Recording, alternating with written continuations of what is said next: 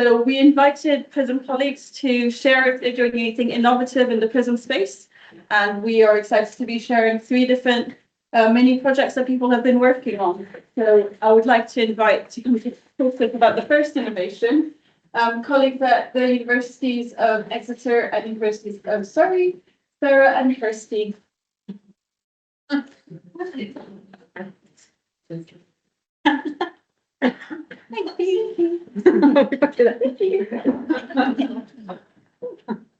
Oh, she's in charge of it.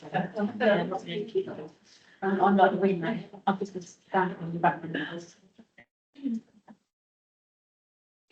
Hi everyone, it's lovely to be here. Thank you very much for giving us the spot. We're here to talk about our project. Start with introductions first of all. I'm Sarah, I'm from the University of Exeter, and I'm Kirsty, I'm from the University of Surrey.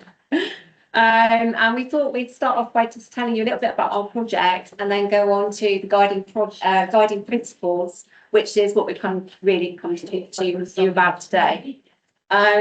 So first off, we work on the Access project, which stands for Advancing Capacity for Climate and Environmental Social Science. 5-year project funded by the Economic Social Research Council.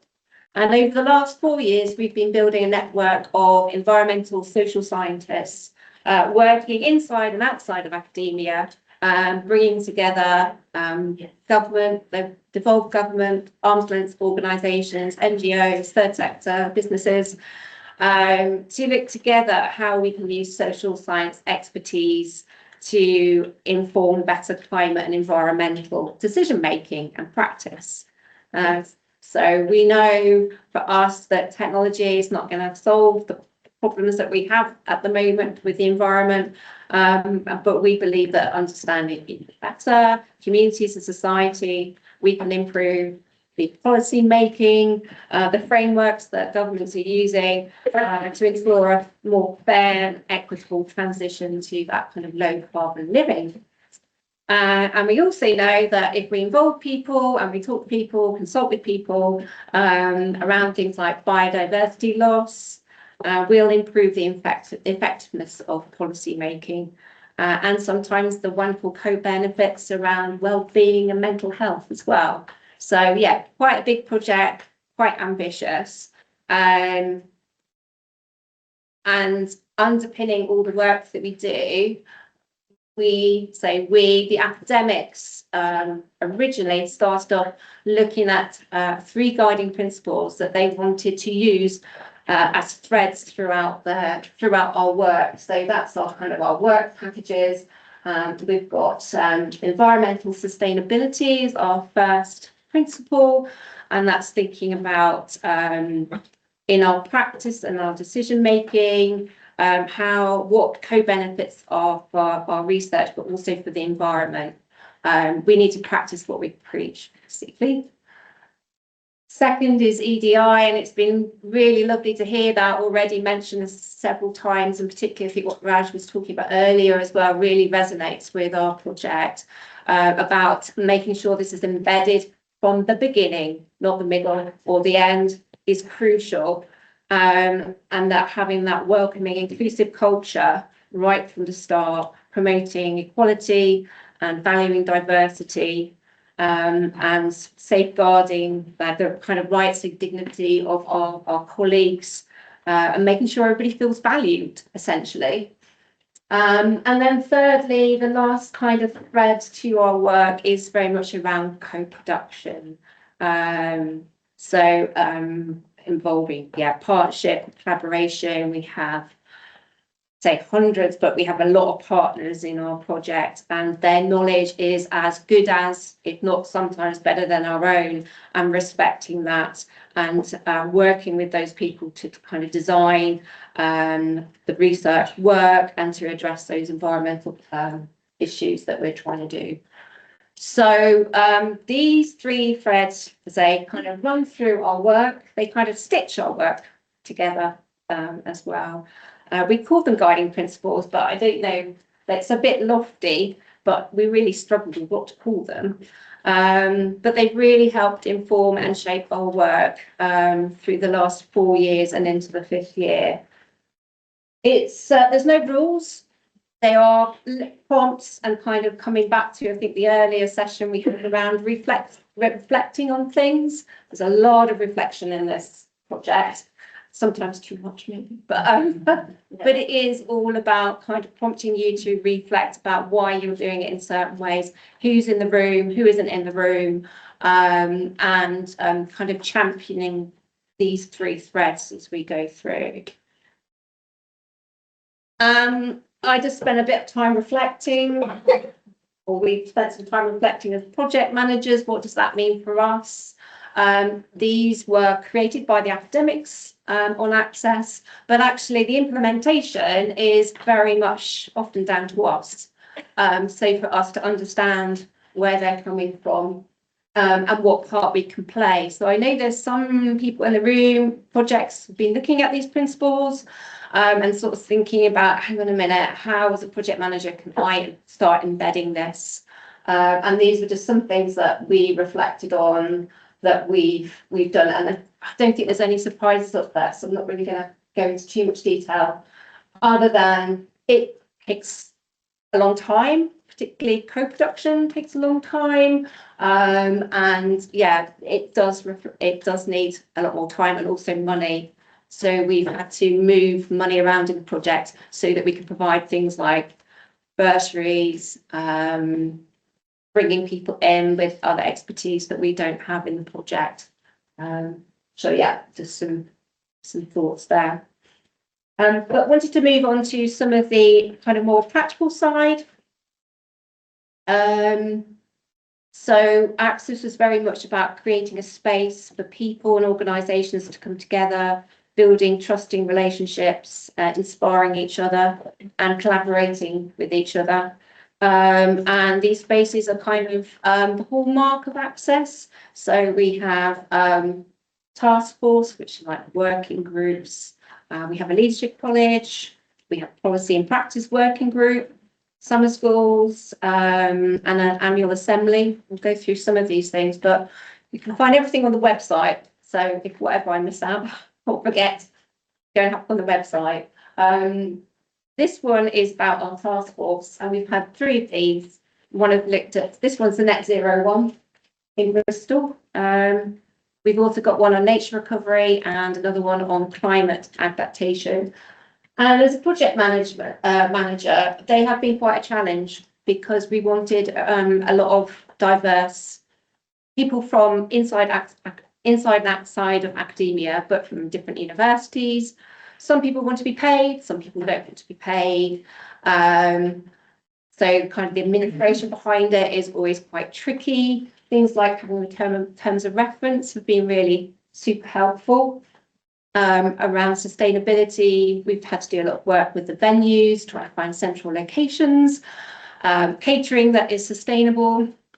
And again, that kind of plays into kind of the timescales of these projects.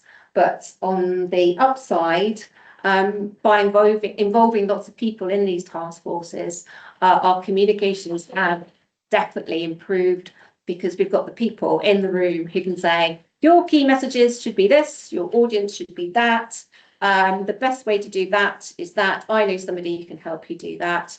And they've been much better project task forces because it's taken more time, but they've been really successful because we've got the right people in the room. Very quickly, I'll let you read some of that. But this is our assembly, which we have every year.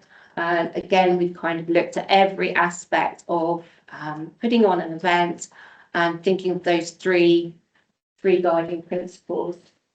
I think for one of us with the programme has been really building a lot more comfort breaks, more networking breaks, getting people moving around, going outside, going inside, whatever, doing different things, cloud spotting, all sorts of things have really energised these spaces for people, and particularly our early career researchers, really being able to network in a much more informal way because the workshops have been more informal.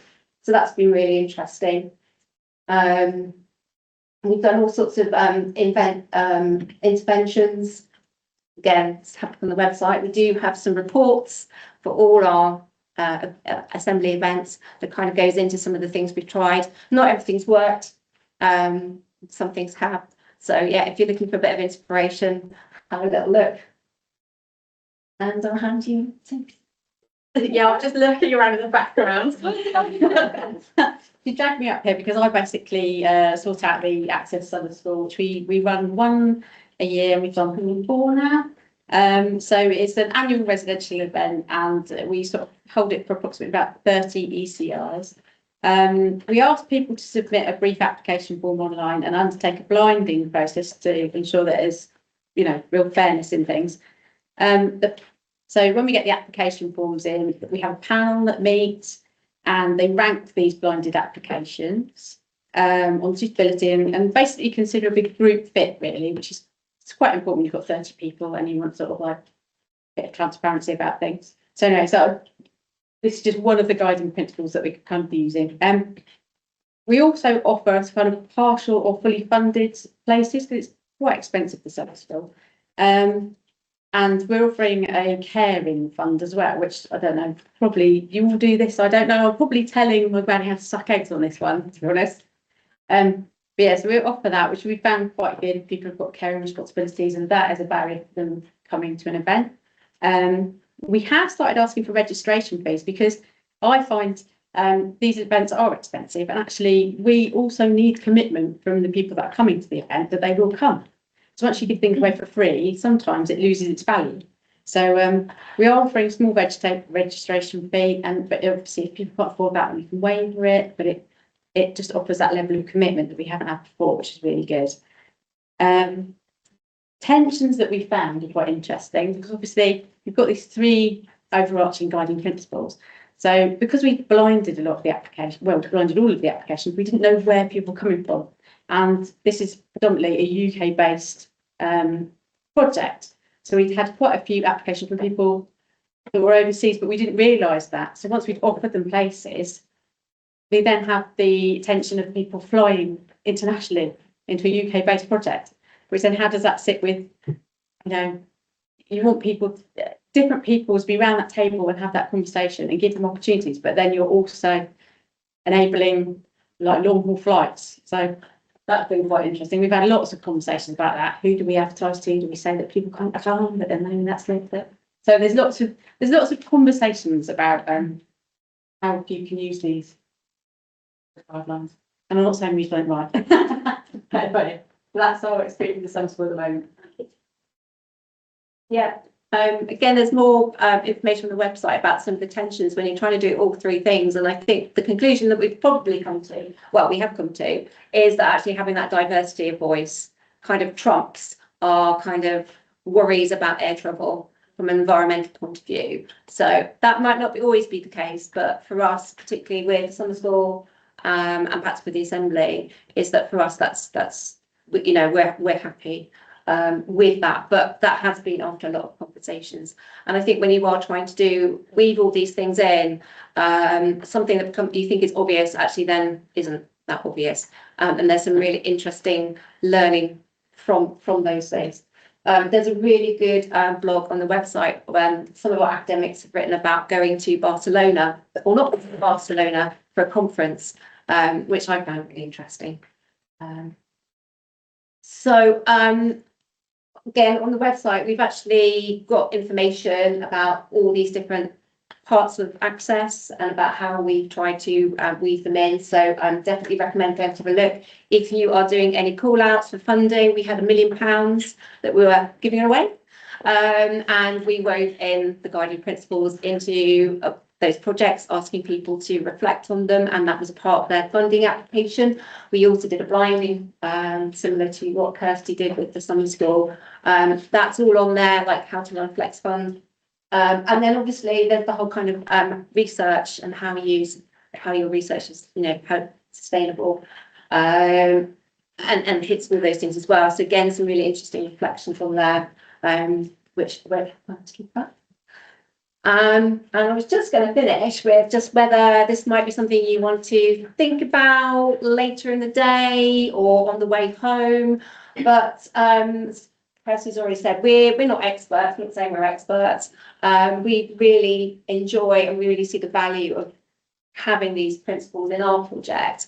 And maybe you have these already or you have some of them. But yeah, just thinking about what tensions that you've had in your projects, and maybe the PRISM network is a really good way to explore those, because I don't think there is necessarily one answer that fits all. But it certainly made our jobs more interesting, having this framework, if you like, to work.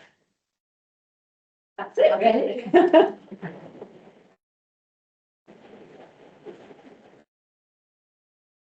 Thank you so much. So yeah, it sounds like you made guidance that's actually really comprehensive, thinking about different aspects that I'm sure most of us as PRISMs have to consider for our project. I was just reflecting on if you've got colleagues flying in. I think one thing I've seen in some of the projects here is, are there other opportunities for them to develop and meet other colleagues from the university or something, or have lunch or someone while they're here. But maybe that's just another thing to make the most out of their flight and the carbon cost to bring them here. But also, can you do something that's good for them as well? Yeah, I think the thing with that with the summer school, we definitely decided that it was well worth people coming over, because we have tried to do hybrid events with the summer school and invite people, but it's just not sorry people online. It's just not the same as getting in the room with people and actually spending 3 residential days with them to have informal chats and organically make conversation. So yeah, it's weighing the pros and cons. Yeah. But for that kind of activity where it is about development and connection and it's enforcement. So we can take some questions from the room, some questions online. Go ahead. I'm just curious whether when you kind of allowed the caring support and things, did you find there was an uptake in that element of the bursary offering? no, none at all. It's really strange. We made a big thing of it. We said, if anyone's got any caring responsibilities, we're happy to discuss it, please. But then again, it's that are people comfortable discussing it with someone they don't know, So it's always these tensions all the time. We're like, if this is about, please let us know. But yeah, we did we did with the leadership college. Yes, with the leadership college. We did. No, it was only one though. It was only one, yeah. And actually, what we did was we made it happen that she could bring her son with her, and with her son also came his grandmother, and we booked accommodation, and we kind of made sure that there was time for her to spend time with her kids, and made it work for her basically. So she was one of our speakers, Beth Collier. Oh yeah. So yes, it doesn't have much of a take up, but it's lovely to see when people do, and actually how easy it can be, and actually made other people who were also on that leadership kind of think, oh, hang on a minute, because I do something like this, and it was felt really good that we could do that. Yeah, a bit like money and a bit more time. Yeah. So maybe having the case studies as you find successful models might be useful, because even though it would help someone, it's that extra mental load of thinking, how is it going to work? Yeah. But if you see an example of how it works, you might be able to say, actually, yeah, do something that could come along or not. There's another model. Yeah, it's good. Yeah, it's good. Do we have any questions online? Does anyone? We can have an extended Q&A a little bit because it's about best practice. Yes, go ahead. I was going to ask, you're saying about charging a fee for registration. Yeah, because that's definitely something I've come across where, you want to run it as free events for accessibility, but then if they turn up. But the practical barrier to charging fees, because so how do you manage that? Yeah, because obviously if you're running a research grant, you can't be seen to be making a profit. So I'm a bit. Are there any finance people in here? We create an Set up an account for the income to go. Yeah. So that the auditors will see it. Exactly.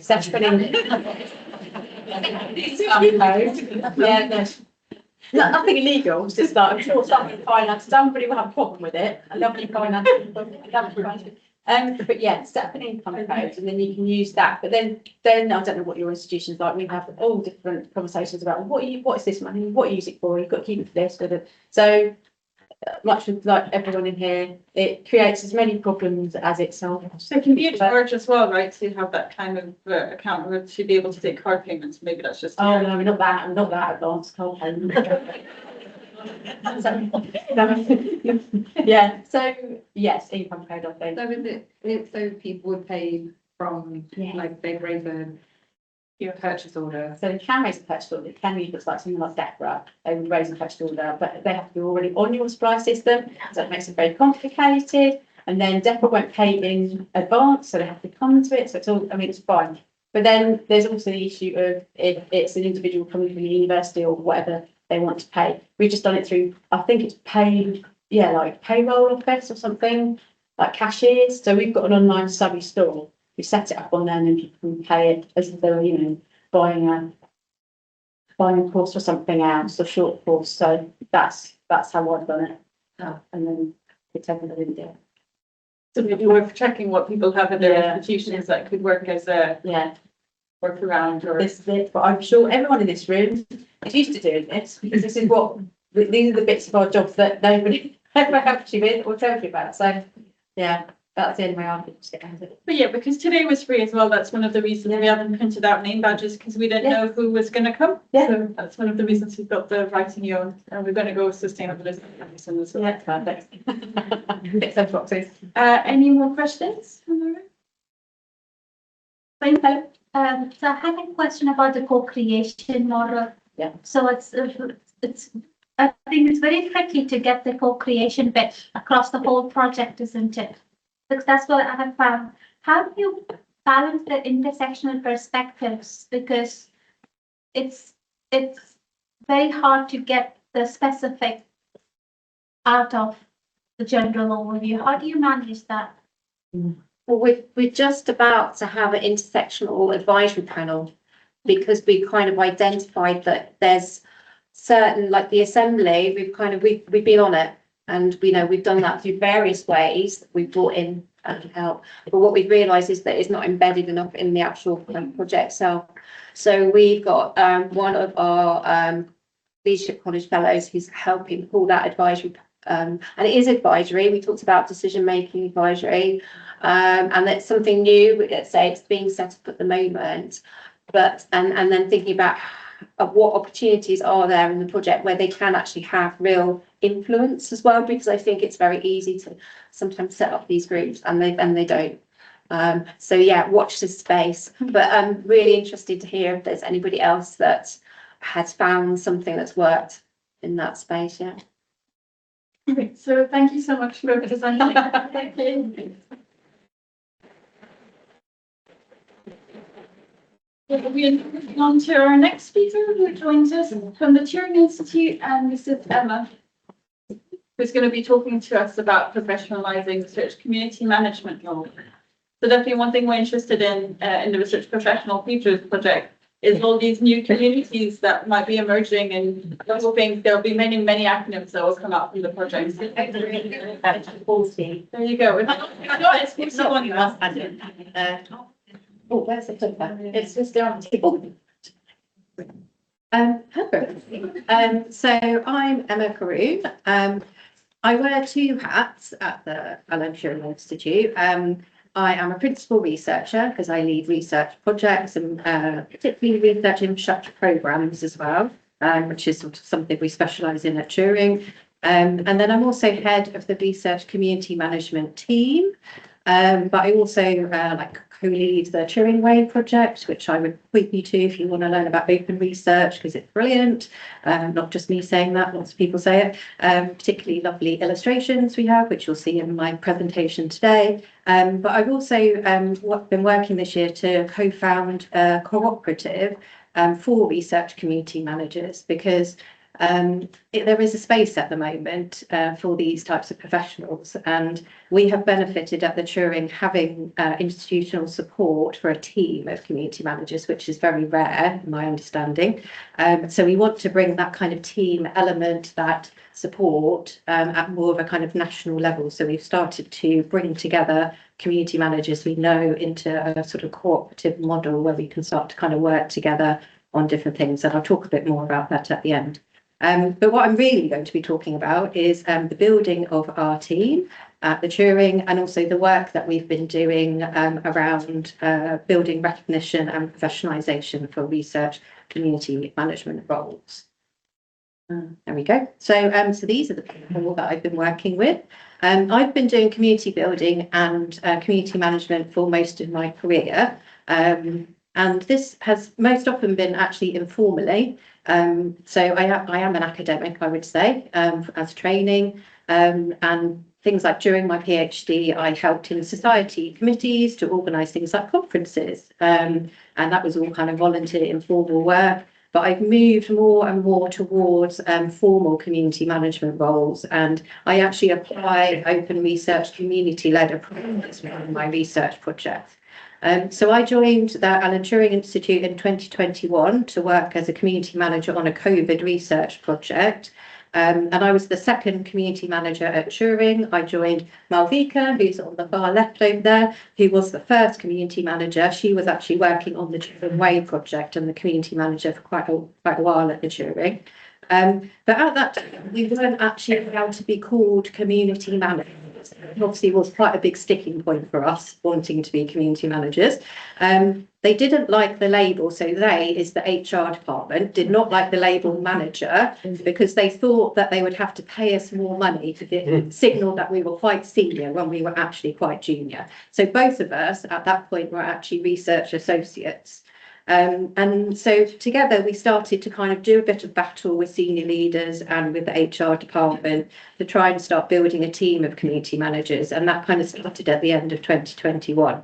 So this did mean we had to overcome a lot of barriers.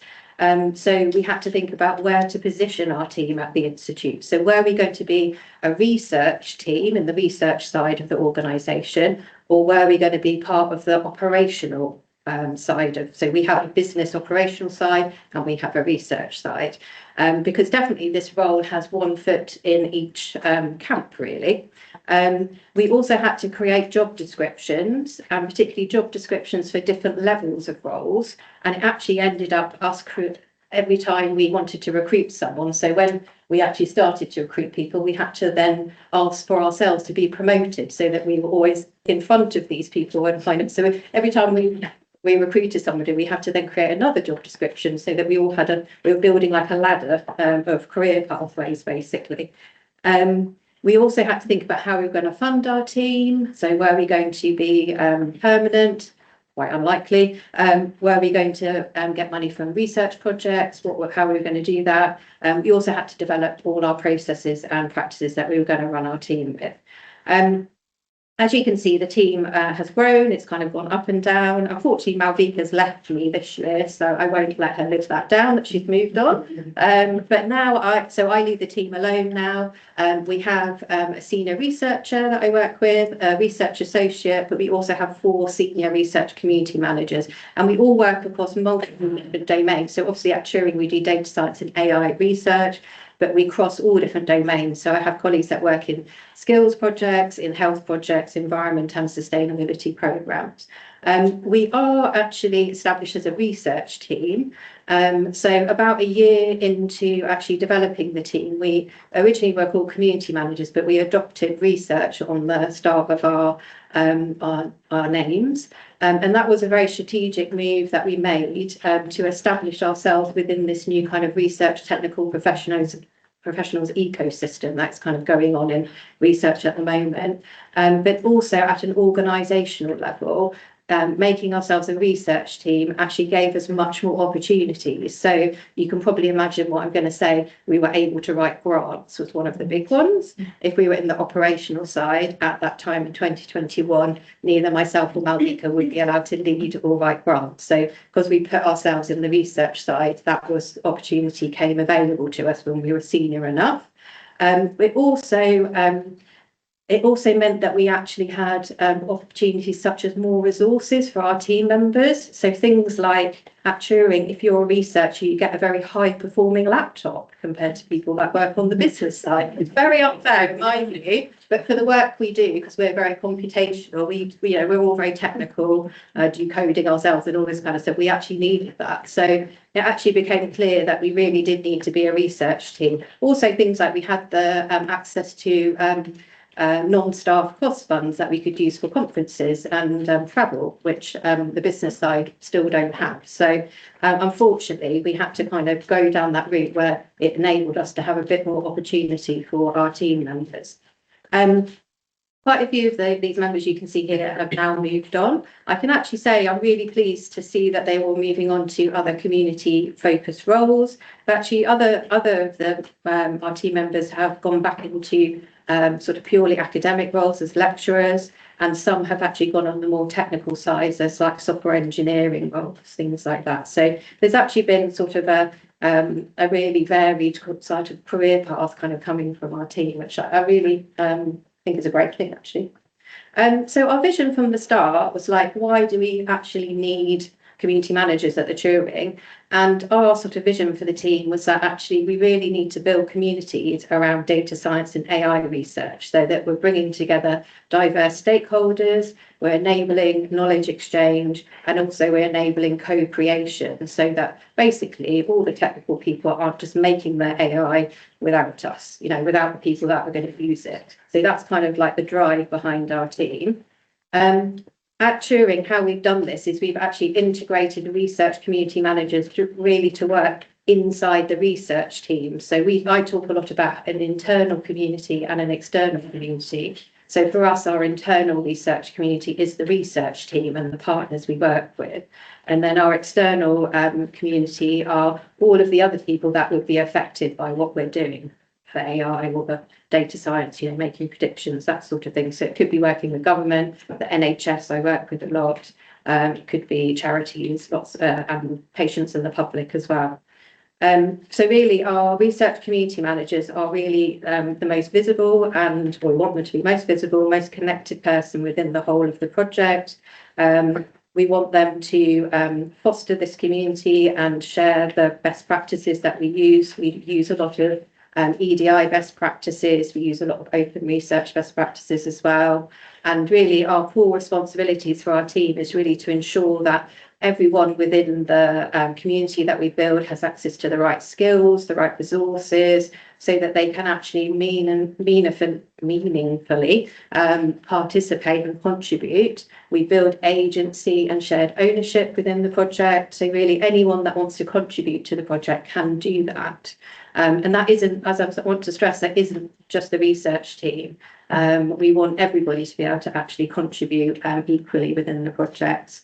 And having the team, it means that we've built this kind of interconnected system. We actually find that sharing of knowledge actually across the team is brilliant for sharing the scientific side as well, because there's actually a lot of crossover between things that we're doing in different areas. And actually we found that there's been collaborations that have sprung up between the different programs because of the community managers kind of highlighting them at kind of strategic level. Also things like the approaches, the socio-technical approaches that we actually use, we kind of share across the team as well, so that we're actually sort of de-siloing the things that we're doing continually. Okay, has it gone into next one? Oh no, I've gone too far now.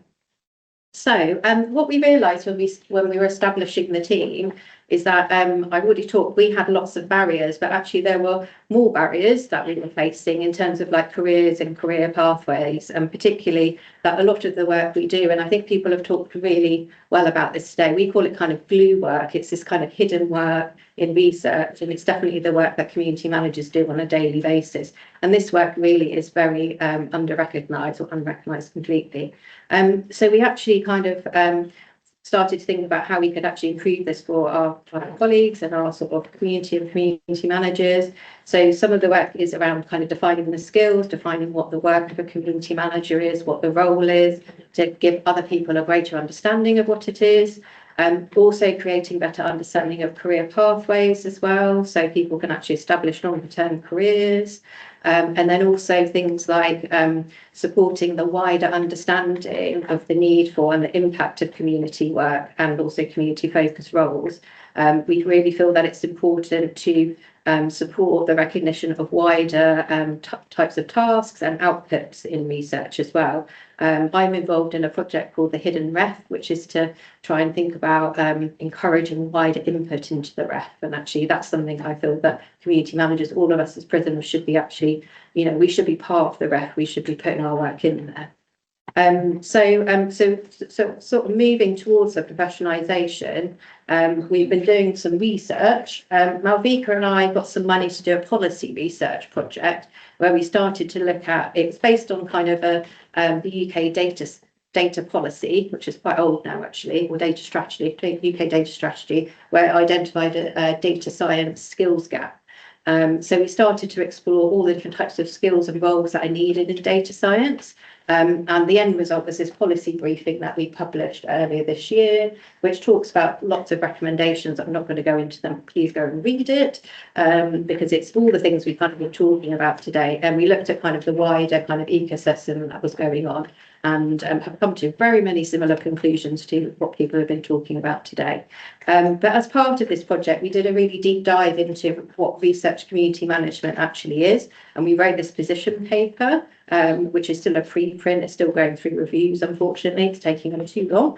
But we developed a skills competency framework. There's links to loads of resources as well that we've used within our team, different processes. There's also some really useful case studies about different implementations of research community managers going into different types of data science domains. And also we've got a careers pathway as well. So I'll just show some of these just briefly. So we developed this skills and competency framework. So this is something we've done looking at. There are a couple of other community management competency frameworks out there. We thought about it in a sort of specific way to our roles as working in data science. So we identified and defined two sort of core areas for research community managers, one being communications, one being engagement. And we were thinking that these are the things that really they are responsible for. If they work in a team of research technical professionals, they would be doing the communications, they would be doing the engagement activities, or at least leading those and working with other people on them. And then the other three skill areas that we identified, we feel are more peripheral. We've got things like accountability, which includes a lot of the project management skills that project managers do, technical expertise, because obviously the way we work is a very technical area, so that can be domain specific things, but also computational skills and open research skills. Also the other area being strategic development as well, because we actually have in our team become more and more kind of senior as we've gone along, and actually we all work at a very program level or even actually institutional level. So we do work at quite a high strategic level. We work with big partners like the government, and things like that. So we often are in, really thinking about things strategically, thinking about horizon scanning. All these kind of really strategic skills are very important for a lot of our senior community managers. And then in terms of like career pathways, so I'm very glad the mosaic was brought up in the squiggly careers, because I very much buy into that. So you can see that we've tried to capture this in some way, because we couldn't decide, there just isn't one pathway basically. I think I've already said that my team have kind of gone on to do loads of different roles, because we think that there should be this like porosity of different careers. You should be able to go in and out of different things if you've got the skills and you want to do it, so you should just go for it. So we kind of have positioned ours as an equivalent pathway to an academic career pathway. So like junior researcher to professor. And that's only because that's what most people in research understand at the moment. It's what the sort of technicians have been doing. So there's technical career pathways, also some for software engineers, research software engineers as well. And they are also based on aligning parallel levels to the academic career pathway. So that's kind of what we tried to go for as well. So just using myself as an example, I started, as I said, as an academic researcher. I moved into research community manager. I then became a senior community manager, kind of leading community management and across the programme. And then I sort of kind of had to go back to be a researcher for some reason, to be more senior. Not sure why, but that's just how it worked. As a senior researcher, and then now as principal researcher and head of team. So it's kind of gone from, I've gone in and out of academic work, but I kind of strongly aligned myself with being an academic. But there's definitely people within my team who've aligned themselves much more on the operational side of our role, and they've definitely gone to be promoted at the Turing into senior program manager roles, also research strategy roles as well. There's been another place they've moved on to within the Turing. I really feel that community management work is a very good stepping stone into senior leadership roles. As I think I've already said, we experience working with senior leaders, even at a very junior level. And it's something that some of our junior members have found quite difficult to start off with, because obviously it's important how you present yourself, how you work with very senior leaders. And it's something they have to learn to take on. Really, we have to kind of coach them into that. But I found it myself to be a really good stepping stone into research leadership, particularly. And I know some people also moving up into leading research infrastructures as well, I think is another sort of way of going for this kind of role. What else have I got here? Oh, I've already said about squiggly careers, so I won't go into that. But yeah, so the last thing is to just talk a bit about, or it should say Research RCM Cooperative at the top, which is this new initiative that we've just started. I mean, you've probably heard all the things about the Turing in the news this year, which I will not go into. But in this transformation, it does mean that a lot of my colleagues have had to move on, not maybe they wanted to. So we wanted to maintain this kind of team approach, and actually, so we started to create this cooperative. It is very new, it's just getting off the ground. We're starting to work with ADR UK, we've worked with at kind of like a strategy level. We started to do training, so we provided training to the Software Sustainability Institute Fellows this year. So we're just trying to build up our offers in terms of training, mentoring and supporting people's community strategy work. Because those are all the things that we've become quite experienced in. And we think there is this gap where people are doing community management work, but maybe they've never gone on a training course. Maybe they've not had someone to talk to about the work they're doing. And also organisations are funding a lot of this work, and actually they might need some strategy support. So if you know of any of those people, send them my way, because we can help them. And I think that's it. Thank you very much. And thank you to my colleagues.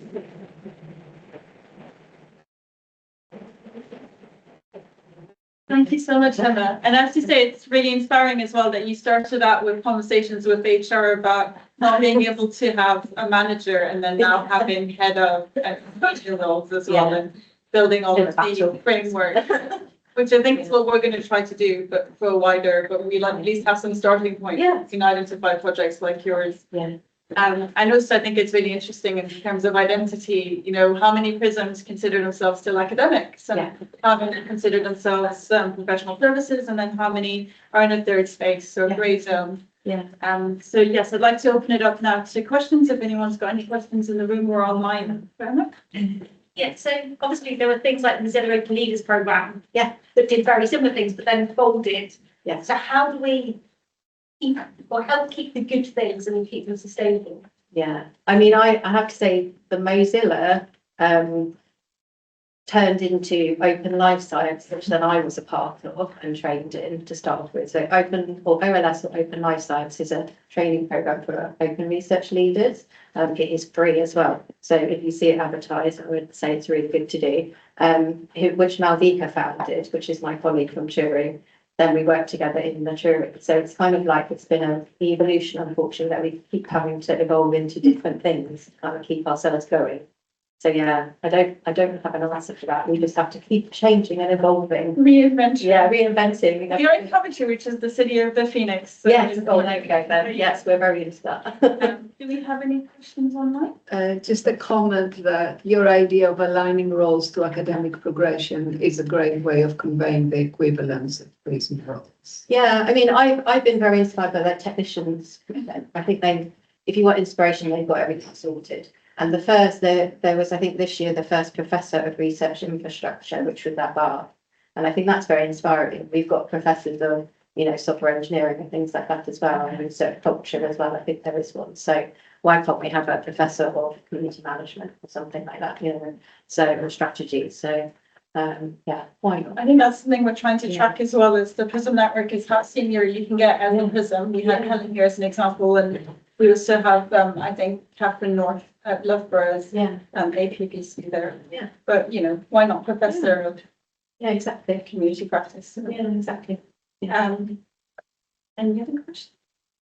I have a comment directed to that. It's not lost on me that all of this beautiful development is happening in the AI space. You've got lots of money. I mean, Wow. there's money in AI, and it's a space that's moving very fast, and it's a space that didn't previously exist. And I'm also thinking about Sam, who works at UCL LLC, which is also a very heavily digital space. So that there's as research transitions towards being digital, there is a flow of money into that space. Yeah. And I think there's something going on here where, UCL have recognised PRISMs as an actual career pathway with actual job descriptions. They're linked on the PRISM website, by the way. I think there's something non-coincidental about the fact that all this innovation is happening in previously non-existent research departments, effectively. And that those of us who work in departments that have older structures are dealing with the inertia of the fact that we haven't done that like that before. Yeah. I would also point out that being at the Turing is very different to being at a university. So for me and Malvika to establish the team, we only had to go through like 2 levels of bureaucracy. So I know that sounds like basically I only have to now I am the program manager basically, program director basically is my role now. But I previously had to get my program director to say yes to a grant, and then it had to be signed off by the executive, and that was it. Basically, that was the process. I have to say, until recently, we didn't even have a process for writing grants because we were so small. We just went, I'm just going to have a chat to someone and then write a grant, show it to someone, and then it would get signed off. So it's like because we don't have a research office, we just have one person who deals with grants. So the scale is really different. So it's kind of easier to bring in new things. It's also easier to get a no very quickly, well, actually a bit slowly, but so sometimes you have a great idea and you've done a lot of work and then they just go no. And you're like, that's damn. And then so you've got to move on to the next idea. So it can be really quick to do stuff, but also quick for the no as well. So I do understand that the whole level of university bureaucracy and change is just massive compared to that. So I think that's why we were set up to think about doing research in a different way. And we need the data professionals, we need the AI engineers, because that's the work we're doing. So we've got a lot of these roles which aren't the traditional academic roles, and we were just, we have a huge team of research software engineers. There's like 50 plus of them, which you have small teams at one university where we have this huge team. So it's just the work that we do. So it sort of was set up to be like that. We're only 10 years old, we're very young. But that's why you can innovate. Exactly. I really like that diagram you had, which had within the technical competencies as well, where it fits in, and actually some people might have one foot in one and the other, and I think it just speaks to how important identity is. And as you said, maybe research technical professionals in some ways have made themselves more established, so being able to align yourself either to the academic pathways or in your case because of the research area you're in, to the research technical professionals. I think we're seeing an increase with that with data stewards as well, for example. We're very I mean my role very much crosses over with data stewards and software engineers, so we are very much part of the software engineering community. I really do specialize in data, so I kind of have to wear many hats. So sometimes I have to identify myself as a data steward. So I'm sort of sometimes community manager, sometimes a researcher. So And a PRISM. and a PRISM, all of them. I will adopt all of them. So thank you so much, unless there's one online. Oh, yes. Okay. Christina is saying, I can see why mapping PRISM roles onto academic style pathways is useful because it's a language people recognize. I'm just curious whether this has actually translated into the same level of opportunity as academic promotion in practice. Well, yeah, I mean, we were saying about the technicians, they definitely have had opportunity. I mean, I think for my team as well, us aligning particularly with the research side of the organisation has given us opportunities for leading grants. So, I mean, I've actually been able to, I actually am a permanent member of the touring, but I've recovered 100% of my salary for the whole time I've been there because I've been able to bring in grants or be on grants with other people. So I think having that opportunity to keep sort of stepping up and having that clear is really important. Thank you so much.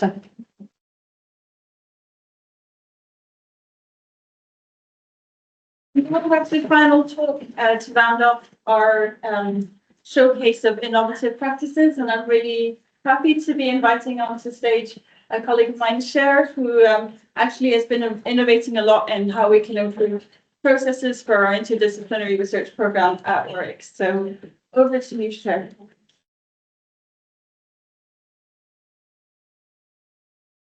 Hello everyone, thank you for staying for the last presentation.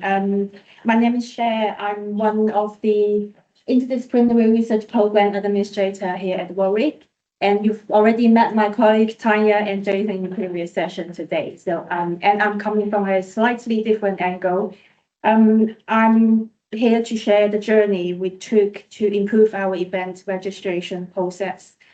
And here is what we are going to cover today. Let me start with giving you a little bit of the context.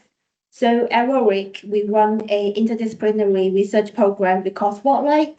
The whole idea is to foster collaboration in between faculties and departments and focusing on these 6 research areas. So what we are trying to do is to bring together a very diverse community members together to do research focus on these 6 spotlights and throughout different type of events. As the program developed, the number of events increased and the number of people attend the events increased as well. And we found our old process just cannot keep up to date to meet our day-to-day needs.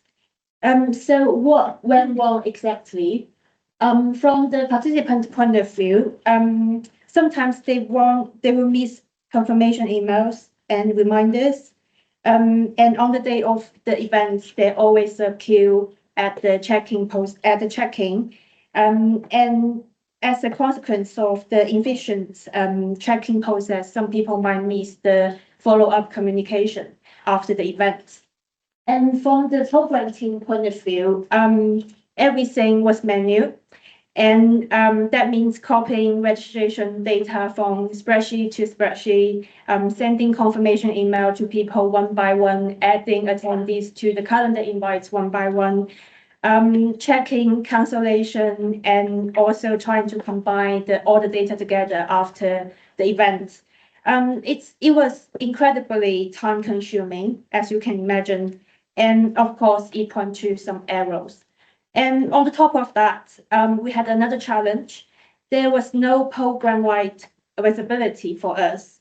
So imagine you attend different sets of events with different registration process. You won't even realize you are attending events as part of the same program.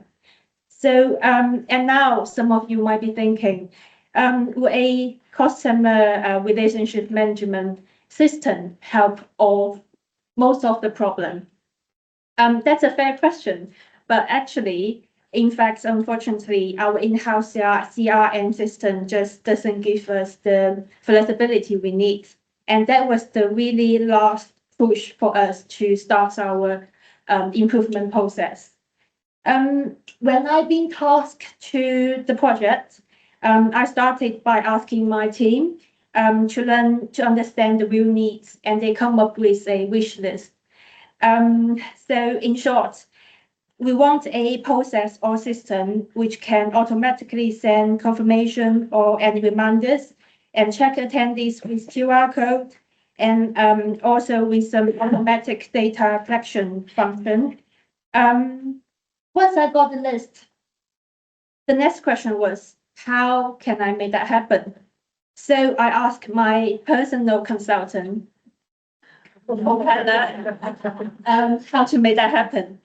And he said, it sounds like a good project, and with some help with Power Automate, Microsoft Forms, and Microsoft Power Apps, you can make that happen. And here are the steps. And then I followed the guidance step by step, experiment with some other options, and gradually I transfer the sign up form to Microsoft Form and build a Power Automate workflow, and then even managed to build a checking app myself. And here is what the new process looks like. So first, when someone registers online, they will immediately receive confirmation email, including a calendar placeholder and a personalized QR code. At the same time, the information will be recorded into our program databases. As event approaches, they will receive automatic reminders. And the reminder also trigger people to review their availability. If they are no longer available, they can cancel the registration simply by replying to the reminder, and the program team will be notified. And on the day, the check-in is quicker and easier. They can just show their QR code at the door, and we can scan it with the app, and then people just in. And again, so real-time attendance data will be recorded in the program databases automatically. And after the event, participants will receive follow-up email, and the database can also generate post-event reports as needed. So let's look into more details on what's changed behind things. So in the past, every step with this little hand icon was done by manually. And now those tasks are fully automatic by using Power Automate and Power Apps. So, and everything is triggered by the registration from the very beginning. So let's, and now I would like to step back to the starting point where we start the project at the first place. And I would like to invite you to help me to check if the new feature, I don't know if you can see, if the new feature actually deliver on the original pain points. So let's start with the participant point of view. So with the new process, they get clear communication and an easy checking process, and a simple way to update or cancel the registration. And most importantly, from the program team point of view, we get automated data and handling. Attendees checking is real time, and on the top of that, by using the same registration form across different events, and sending emails using the same template, hopefully we improve our program's visibility across the university. So the next step, we are continuing to evaluate the process as we run more events this year, and we are gathering feedback from both attendees and colleagues to refine the workflow. And here, so finally, I got some tips for someone maybe want to set up something similar. So my first tips is to think about, to get your wish list first, to get to understand what you really want out from the project. And also very important to know your tools. So and also learn what can they do for you and how to make them work for you. Take myself as an example. So with the help of AI, you can often achieve more than you think. I'm not coming from a technical background. I know nothing about coding, but I'm still able to build a workflow and even create a checking app myself. So it's really about exploring the possibility and also not afraid to try something new. Last but not least, think about transferable. So event registration are only a part of my day-to-day work. But the lesson we learned from improving the process can easily apply to other areas of my role as well. So I know I haven't really got a chance to cover much about the technical side of this project because it's mainly case by case scenario. So but I'm happy to talk if you got something in mind. And thank you.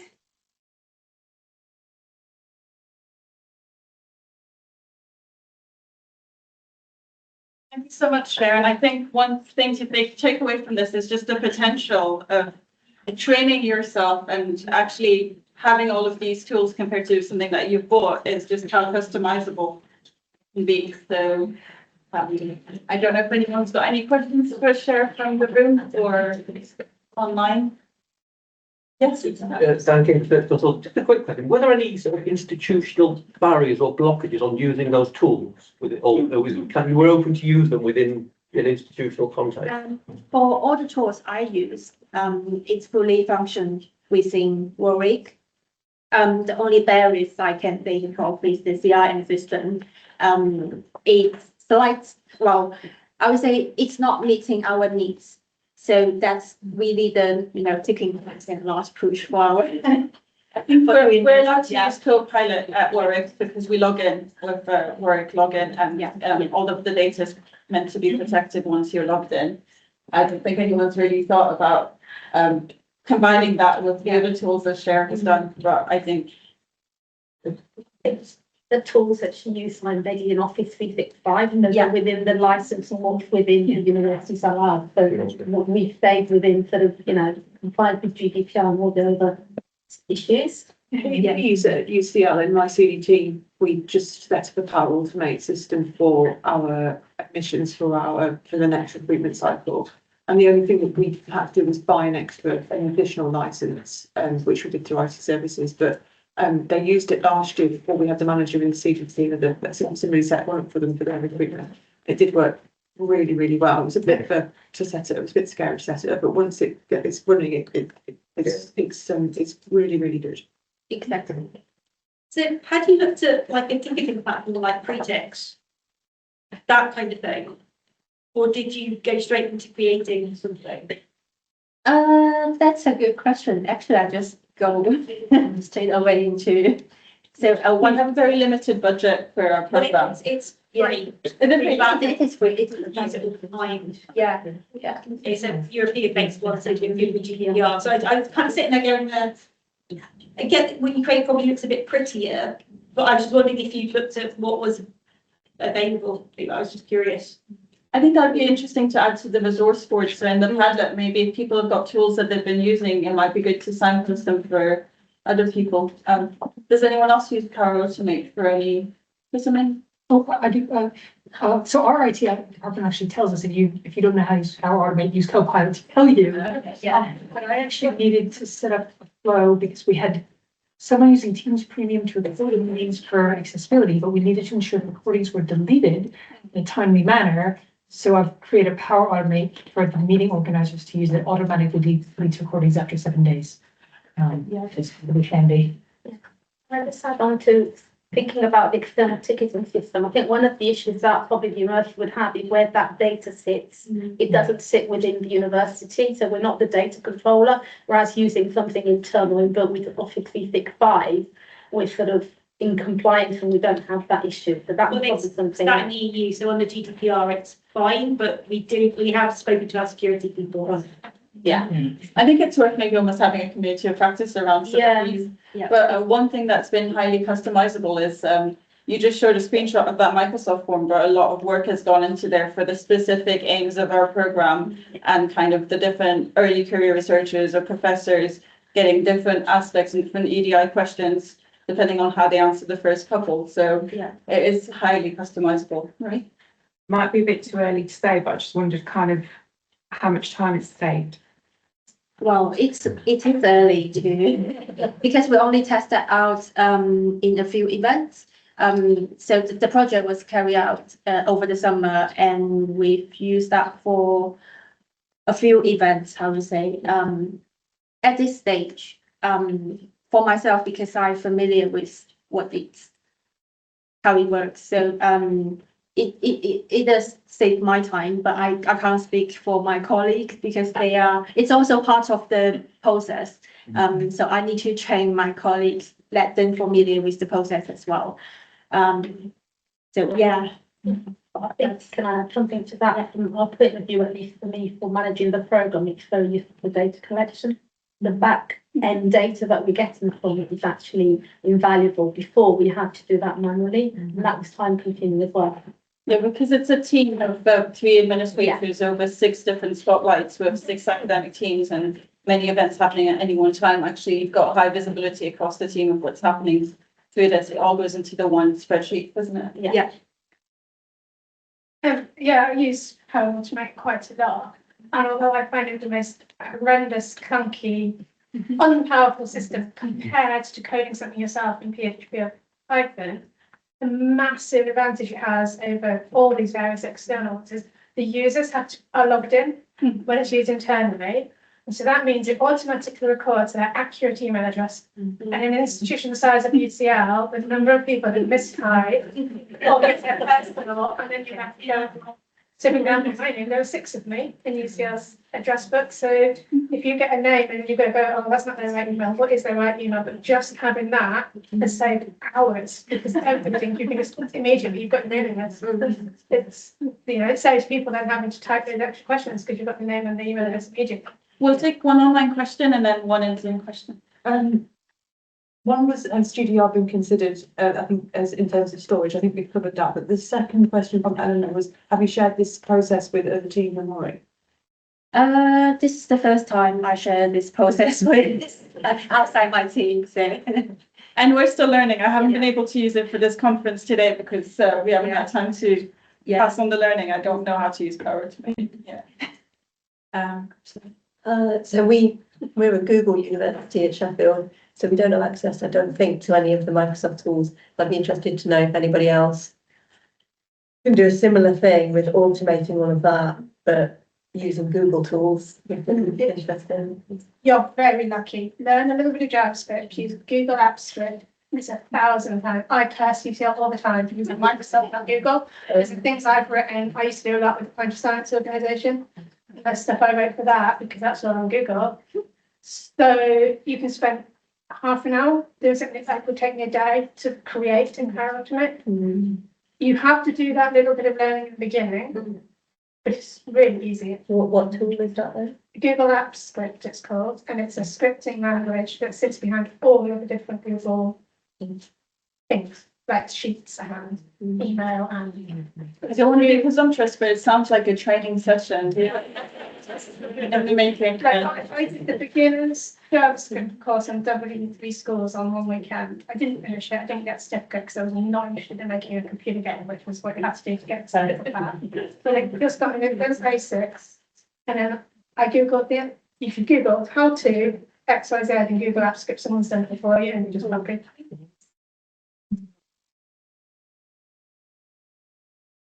Well, I didn't know I script existed in what I asked people don't know how to do something they wrote that script for.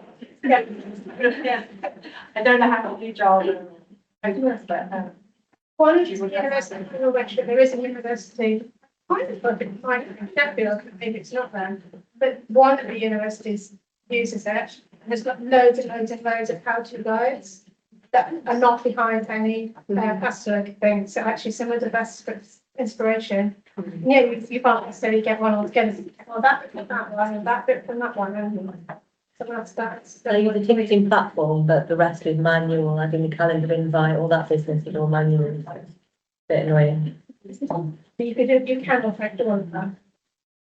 Great, so if there's not any more further questions, I'd like to say thank you